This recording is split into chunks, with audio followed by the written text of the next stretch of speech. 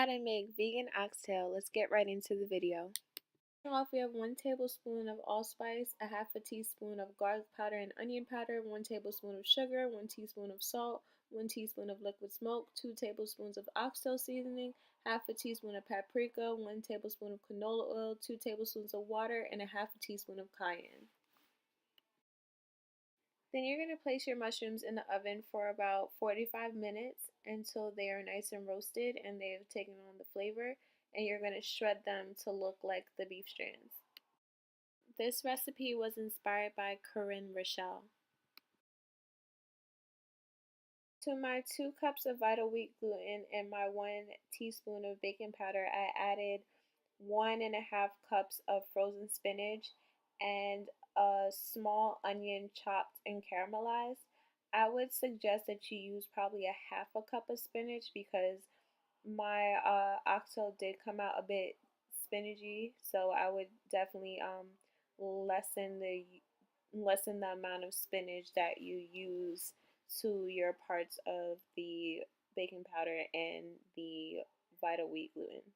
I forgot to mention that you're supposed to add 3/4 of a cup of vegetable broth or water or a beefless bouillon. I didn't have a beefless bouillon, so I just added 3 tablespoons of browning to that mixture. You want to knead the dough until it turns into a ball and it is a bit on the stiffer side. Now the fun part, aka the challenging part. So when you have rice paper, in order to rehydrate, you need to put some water on the rice paper. Rice paper is very sticky, it sticks to the board, it sticks to your fingers, so you just want to make sure you're maneuvering it correctly and it's delicate. So we take our spinach mixture and we put it onto, well, our vital wheat gluten, and we put it onto our rice paper.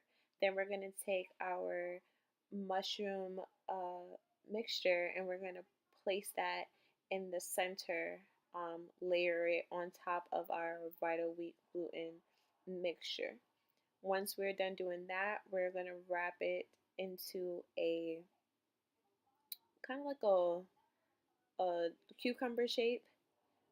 And then once we are done doing that, we cut the cucumber shape into 2 halves, and this is gonna mock the shape of an oxtail, and we put it into another rice paper and then we roll the rice paper over it. This is gonna give you, when you cut the cucumber shape into smaller subsections, that's what's gonna give it the oxtail kind of shape. And also the oxtail texture, because oxtail, the actual meat oxtail, has the fat element, and that's what the rice paper is going to give us, is that fat type of texture and feel. Once you finish wrapping these are wrapped and ready to go, honey, so you can just put them right on the fire. Me, I just prepped them and I left them in the fridge for 48 hours. It really doesn't matter, whatever you want to do. We're going to build our base with 1 can of butter beans, of course our oxtail, a half a small onion chopped, 3 medium carrots chopped, a bunch of thyme, a half a small tomato, and 1 small boiled potato chopped. Then we have our puree, which is shallots, 3 teaspoons of minced garlic, 1/4 of peeled ginger, 1/4 of a teaspoon of turmeric, a splash of vinegar, and 2 tablespoons of water. 2 tablespoons of canola oil, Worcestershire sauce, no anchovies, 1 teaspoon of cumin, 1 tablespoon of molasses, 1 tablespoon of browning, 1 teaspoon of liquid smoke, 1 teaspoon of paprika, 1 teaspoon of onion powder, 1 tablespoon of ketchup, salt and pepper to taste, 1 teaspoon of allspice, and 1 teaspoon of oxtail seasoning. We're going to take 2 tablespoons of coconut oil and we're going to use this to sear our oxtail, and this is what's really going to get them brown and looking like authentic oxtails, so that way they don't fall apart in the pot when we are ready. We're going to take our puree and we're going to lay that in the pot. No oil, because this puree already has oil in it. and we're just going to start building. So we're going to put all our vegetables in there. We're going to go ahead and give that a stir. You want your onions to kind of be translucent and your carrots to kind of cook down a little bit.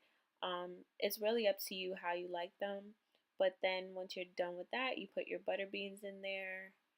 And right now we're just building our base. We're building our home for our oxtail.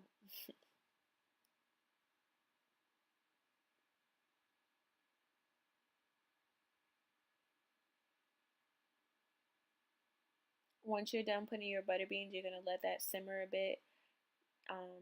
And then once you're done letting that simmer, you're going to go ahead and add your sauce, your with all your spices and the molasses and all those rich, nice flavors that are really going to help your oxtail. Like, we're going to bring it on home. So then you're going to give that a nice little stir. Now this you're going to let cook down and add a little bit of water and steam. You can keep putting the cover on it to let it steam. I already boiled my potatoes and I don't like them to be mush, so I put my potatoes in after I add in my sauce so that they're not mushy.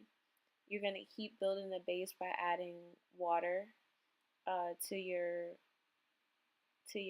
gravy base. We don't want it to get stuck to the pot or dry out, so we're going to keep adding water to it until we're ready to place our oxtail in there.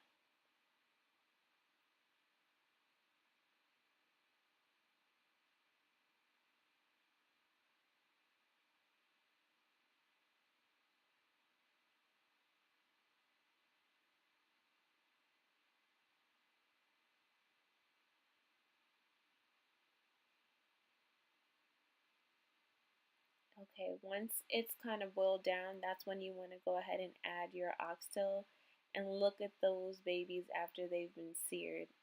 I mean, it's almost identical to the real oxtail. Like, my goodness. You see that nice texture? And you're not gonna leave these in for long on the fire. We don't want them to break apart, so you don't need to cover or anything. That's why we make sure our gravy is good, and we just cover it. And look at that nice little plate there. So good, so delicious. I hope you guys try this recipe. Don't forget to hashtag unconditioned vegan, and I'll see you guys in the next one. Bye.